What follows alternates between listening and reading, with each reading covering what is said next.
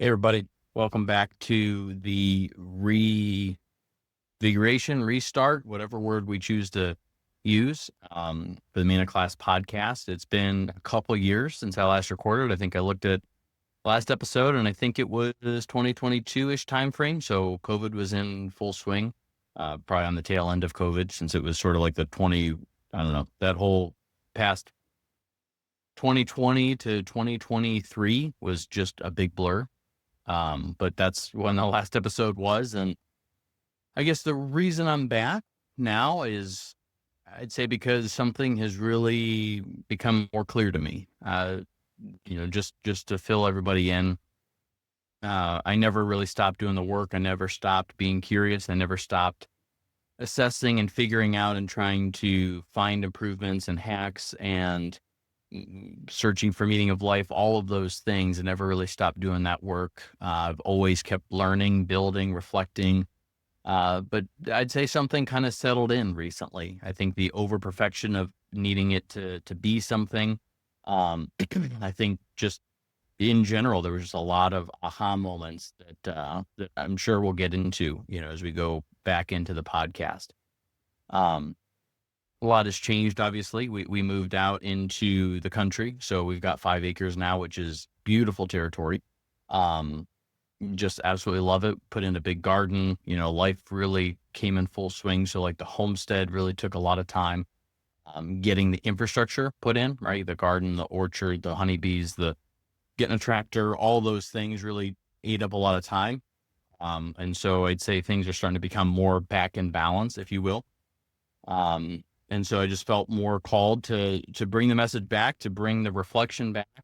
I remember having a conversation with many different guys, whether it was through texting or messaging or just even in person, some of the guys that are local to Cincinnati, that they just really appreciated the way that I deconstructed different concepts, the way that I thought through things, the way that I sort of articulated it.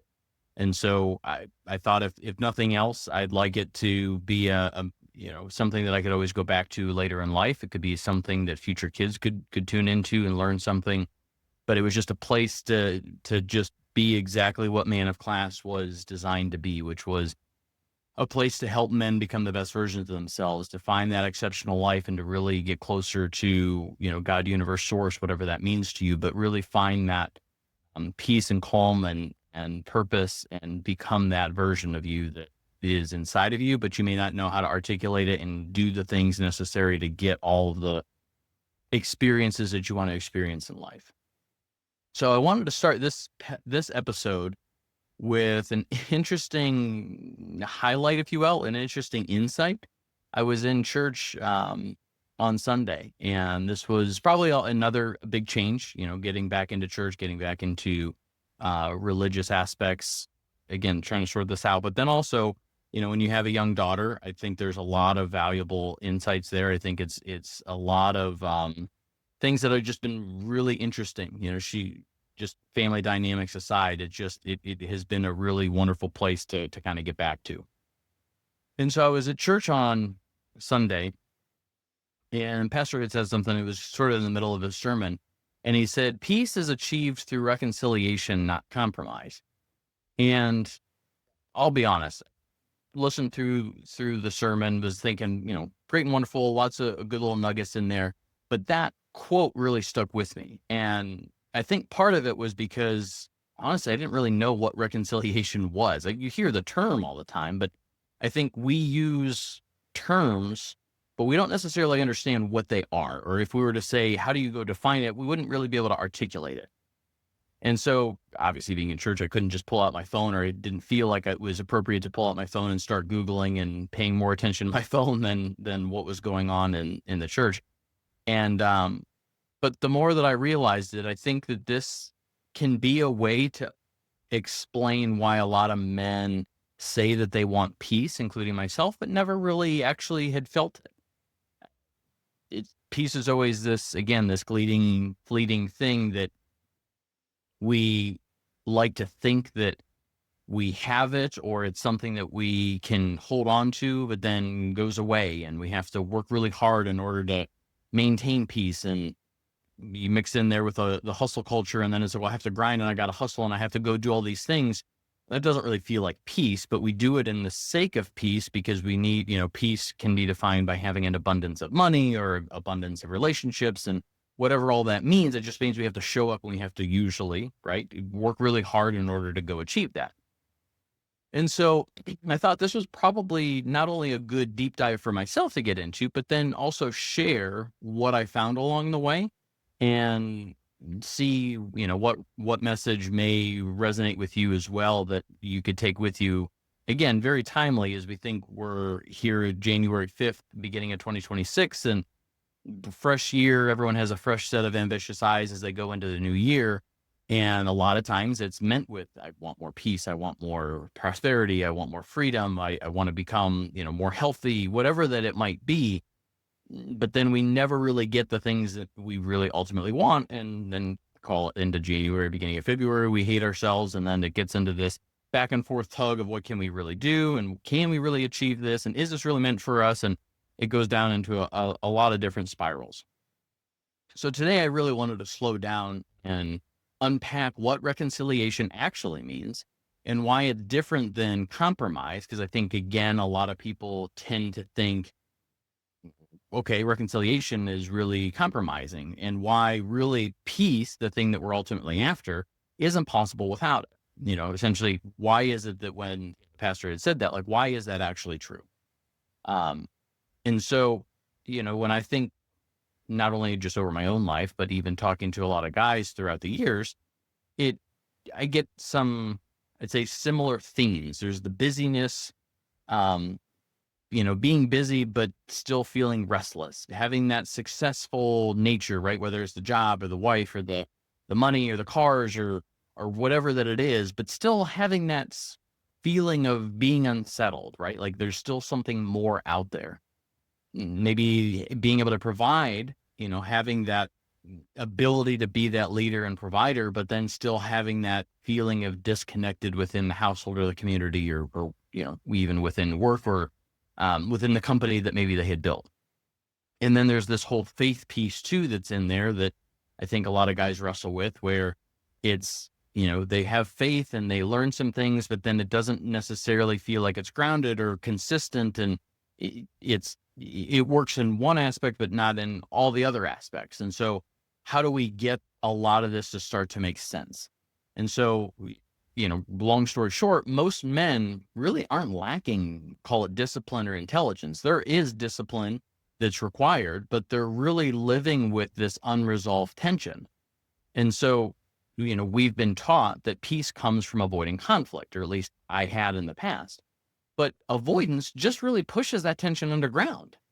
And you essentially, say, okay, well, I'm just going to avoid those situations. I'm going to avoid those people. I'm going to avoid the rooms to show up in. And that doesn't necessarily help, because it gives you maybe that short-term aspect, but what it means is that it comes from a place of compromise.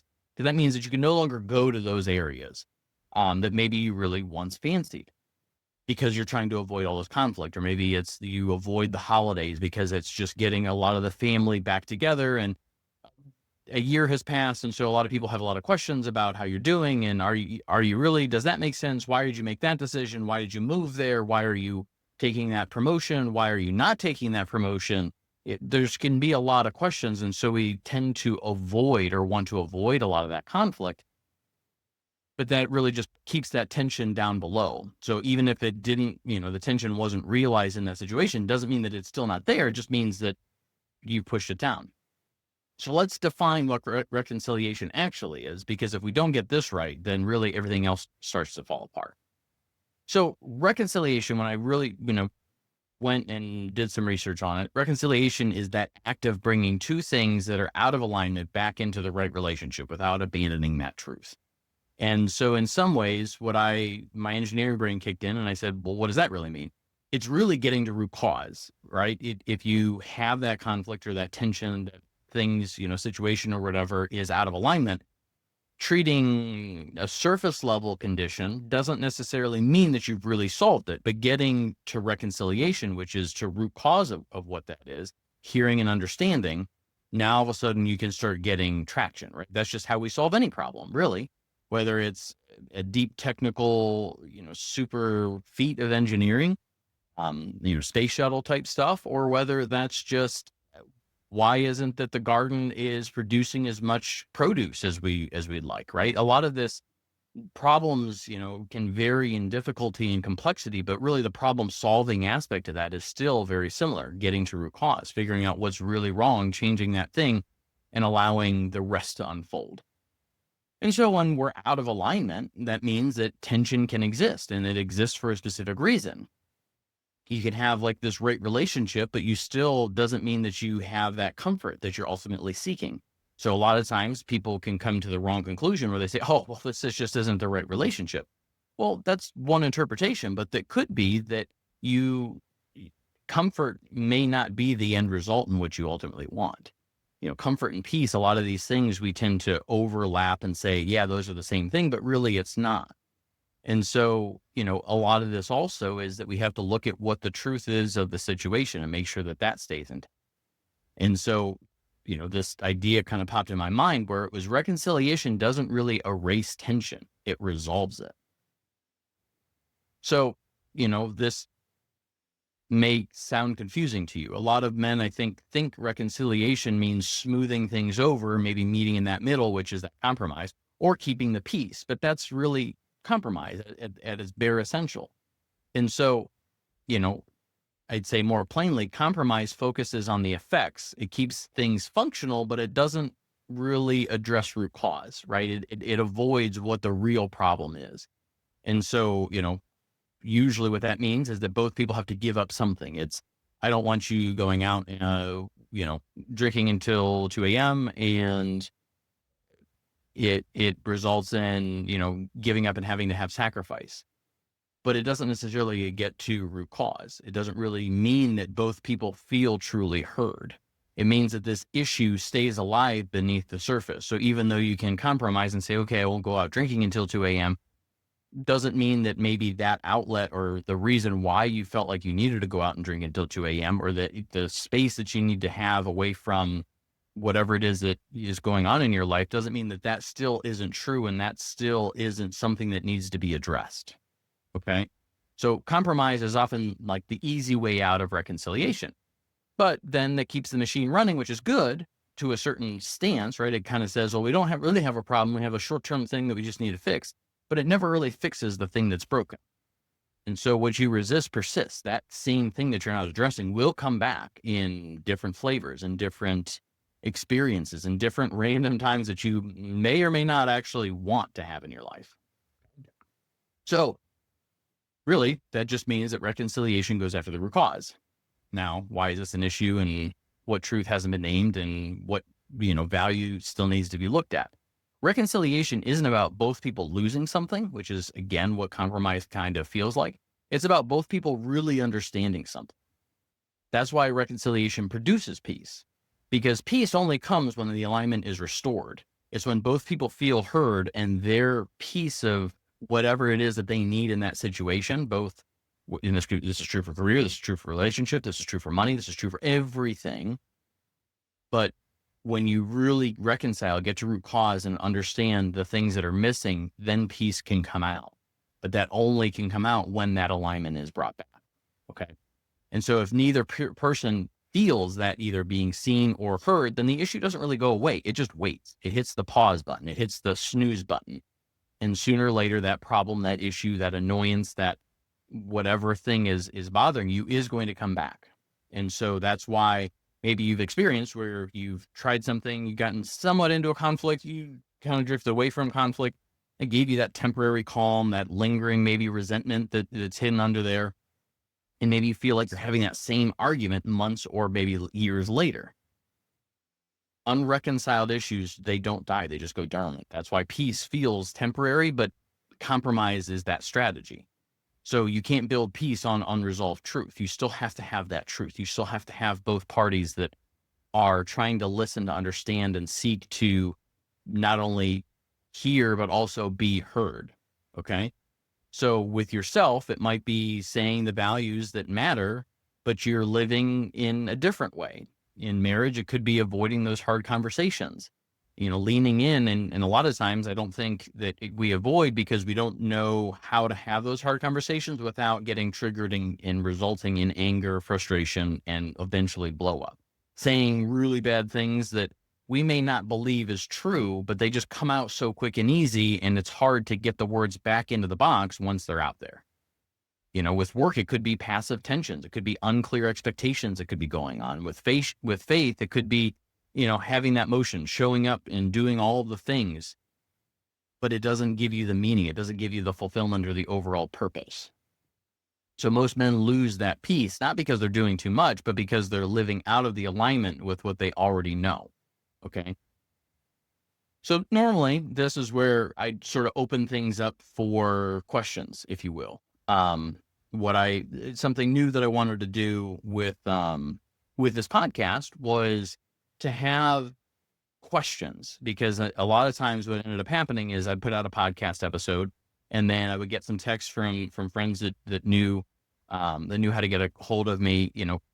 Well, you said this thing and that really inspired me here, but I'm struggling with this and this doesn't quite make sense. And I understand it maybe conceptually, but give me some little bit more concrete. And so I thought, instead of having that sort of off recording, try to bring that into the podcast episode so that it allows, I'm a firm believer that when you get a bunch of guys together, we all a lot of times have the same or similar questions, but we may not know how to ask it, or maybe not have a great example at the right time to be able to ask it.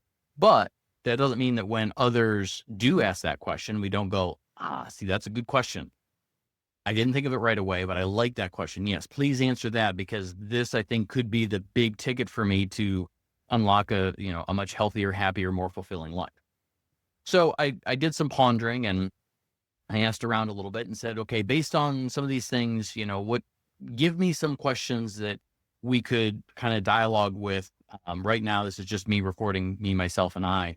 But in future episodes, I am going to open this up into, if you want to be part of the equation and part of the, part of building this community out, that I want your questions. I want to be able to have this as a dialogue, because again, when we think of, how do we learn? A lot of people learn through experiences and learn through even, hearing stories from said experiences. We don't have to go through that divorce ourselves to realize maybe how to navigate that divorce, or maybe the divorce that really didn't need to be a divorce. We just needed to, articulate differently and figure out a different way of communicating to show up for our partners, et cetera. Okay. So the first question was, well, how do I reconcile without it really turning into a fight? And so the way that I look at this is, reconciliation really isn't this winning and losing. Reconciliation is really trying to come at the table, make sure that you hear the other person, make sure that they hear and understand you, so that you both can together reconcile the differences, right? Get to root cause and truly solve what is coming up for you, and come up with a solution that you really is that win-win. Not that we both have to give up something, but how do we do it in such a way that we both feel like we're, okay with this? We're both winning. It's not a sacrifice. It's not a compromise. It truly is, you're understanding that person or environment on a much deeper level than you did before. Another way about how do you have this reconciliation without it turning into a fight is naming the tree without the accusation. And so instead of, I don't like it, you can't go out at 2 a.m. and then that triggers the response that says, well, you can't tell me what to go do, and I'm my own man and I want to go do this, and it puts you on the defensive. Just say the thing that is really bothering you. I go out and stay out and drink because I needed some space. I'm overwhelmed. There's a lot of things that are going on, and I need some space to be able to bounce ideas off of. I need some place to clear my head, and I feel like I can't do that unless I have a couple drinks, and whatever that might be. Now, that doesn't mean that you can use that as an excuse either, that says, well, I just need to go think, so I'm just going to go get drunk. There's a lot of that showing up and improving yourself every step of the way that says we can find better tools, we can find better ways to be able to handle that overwhelm, the anxiety, maybe even some depression, to be able to have that accountability or build out, a friend group to have that peace. Does that make sense? Um, and the other last thing is to prevent this from really turning into a fight is staying focused on the alignment, not necessarily the ego. Guys, so, I'm myself included, I don't think any different, is it's very hard to pump the brakes on the ego, especially when you're trying to have a difficult conversation. Because there'll be things that are said of like, well, you're not showing up this way, or you're not doing this. And it immediately thinks so like, well, now I'm not good enough. No, I have to prove and validate why I am good enough, why I am providing, no, you don't understand. This is how I'm showing up. No, you don't understand. This is what I need to go do, or this is how I'm doing what you think that I need to do. A lot of that comes from the ego. And so when you start going down that rabbit hole, that ego, then it just keeps escalating, because now you're not trying to listen to understand the other person. You are listening so that you can respond, so that you don't look so bad. And so there's a humbleness, if you will, that comes out of this, which is recognizing that we're not going to get it right. I certainly don't get it right. There's many days you can ask Amber. There's many days where I say, I did not meet the mark today. I messed up. I fumbled, and I'm going to be better. I'm going to try again. This strategy or this tactic didn't work, and I'm still trying to figure out all these different things in all different aspects of life. But that doesn't mean that we are necessarily failures. It just means that that's a strategy that's not winning. And so again, it kind of goes back to that naming the truth. Focus on the things that aren't working instead of the person. People aren't bad. It's the habits that are.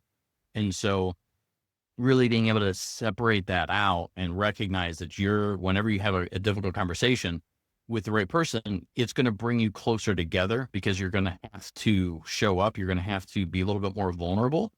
But then also that means that when you're vulnerable, right, be the leader, when you show up and be vulnerable, that means that they can also be vulnerable and say, hey, these are the things that maybe aren't really working for me either.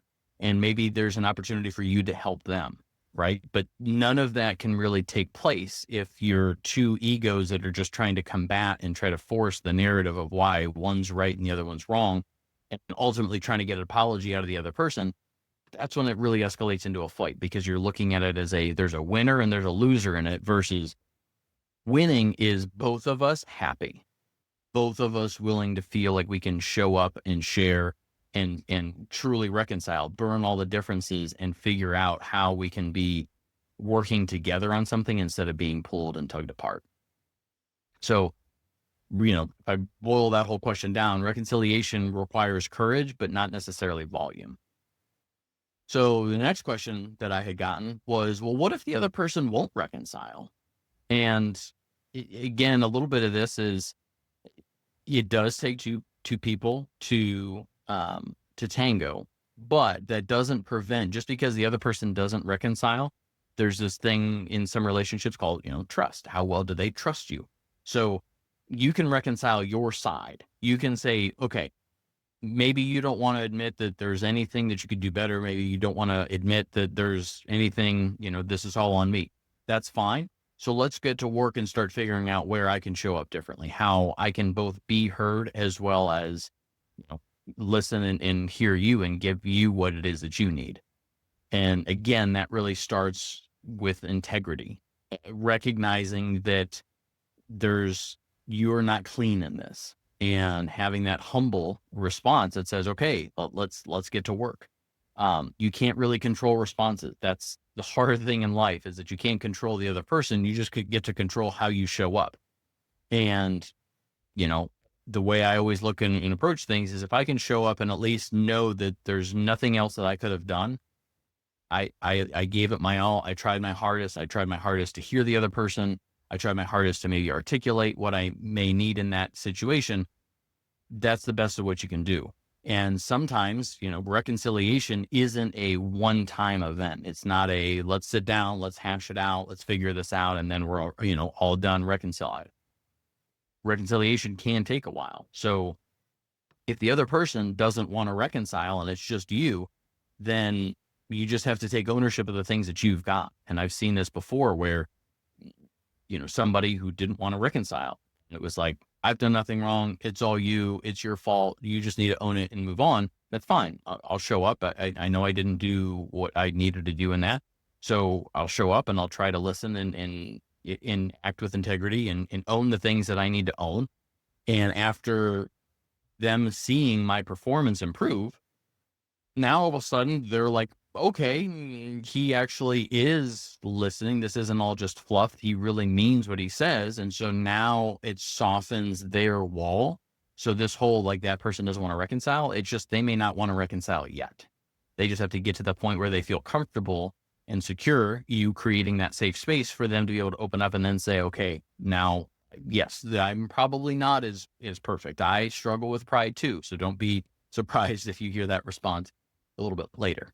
So peace doesn't necessarily require an agreement. It requires that ownership of the things that you can control and showing that you can improve in those areas. And so that brings like a natural next question, which is, well, how do I know if I'm compromising or if I'm reconciling?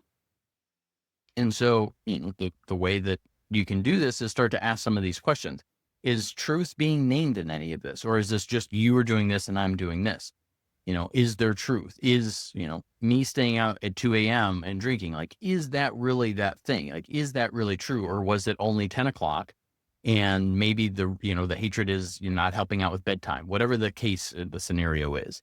But is truth being named in this? Or is this just, is there a dramatization, if that's even a word? But is the truth being, more dramatic than it really needs to be or really is? Do I feel clear, or maybe do I feel quieter? How are you feeling as you're going through this reconciliation? If you feel like you're really on board and these are things that you can go do, great. If you feel more clear, great. Then you're more on the reconciliation path. If you feel like, well, I'm giving up this and I'm giving up this and I'll do this, if that means that person will be happy or that situation will get better. If it's like an if then maybe you're doing a little bit more compromising and less on the reconciliation. And so don't be surprised if that problem comes back. Okay. And so again, that alignment, alignment with work, alignment with your friends group. It's an alignment with your spouse, with your significant other, with your kids. Do you feel more integrated, more aligned with it? Or do you still feel like it's really clunky? And sometimes things are clunky and it takes a little bit of time. But if it's not, then that means that you might be a little bit more on the compromising side than the reconciliation side.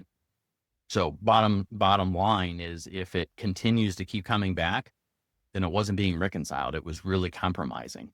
And so look at that and look, evidence, history leaves clues. So if you do see something coming back, figure out like, well, what did I do? How did I show up? And how was I compromising instead of reconciling? And do a little bit of deep dive there to figure out where things could look differently the next time, so that it doesn't have to keep coming back over and over again, and that you can ultimately get the peace that it is that you're looking for.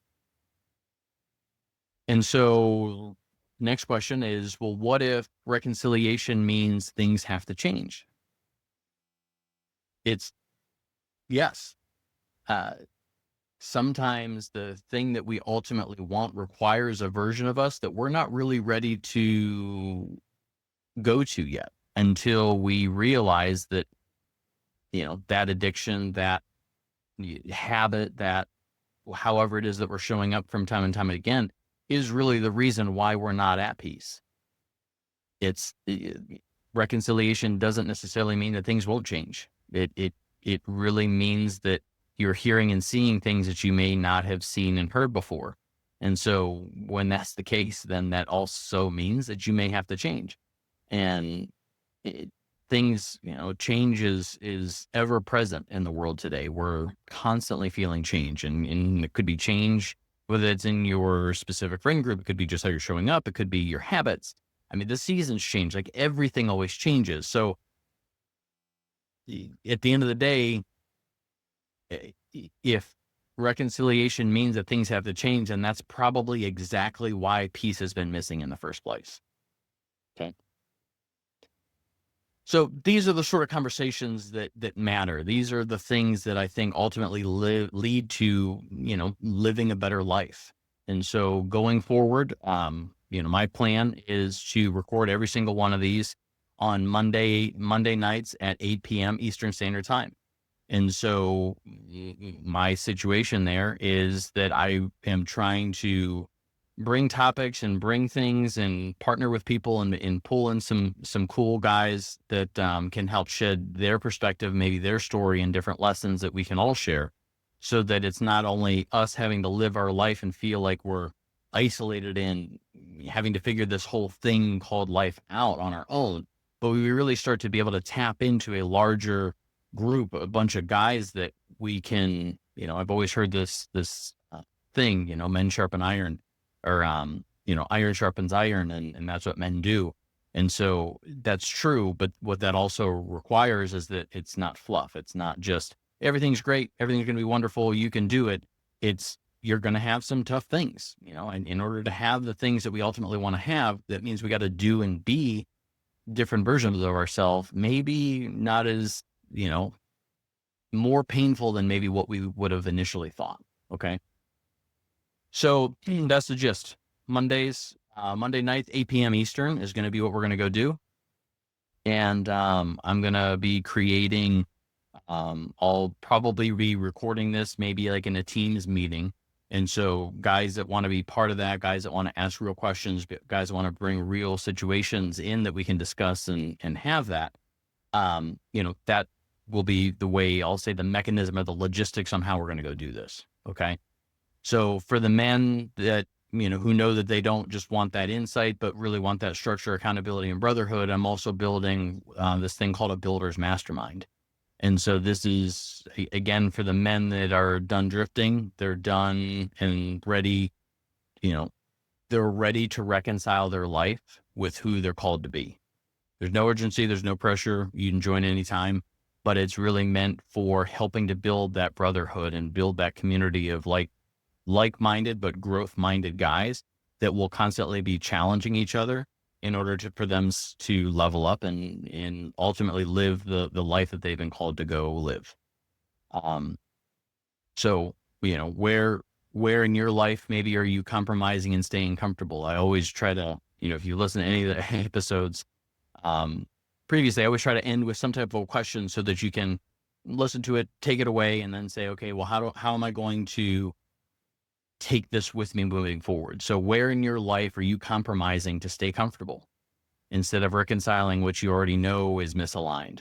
I encourage you to write it down, to sit with it, bring it to a future Monday. If there's things that resonated from episodes past, like bring that back in and say, this has been something I've been sitting with and I racked my brain and I just can't figure it out. So whatever that mechanism looks like for you, by all means, use it. And so with that being said, peace isn't really something that you find, it's something that you build.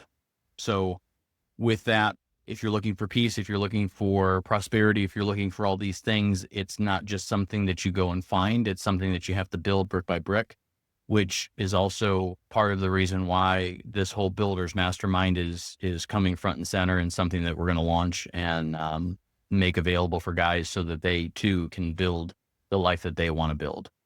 Okay. With that, happy Monday. We're into January, so look forward to hearing any insights. Looking forward to seeing and hearing some of you guys in the future. And with that, happy Monday.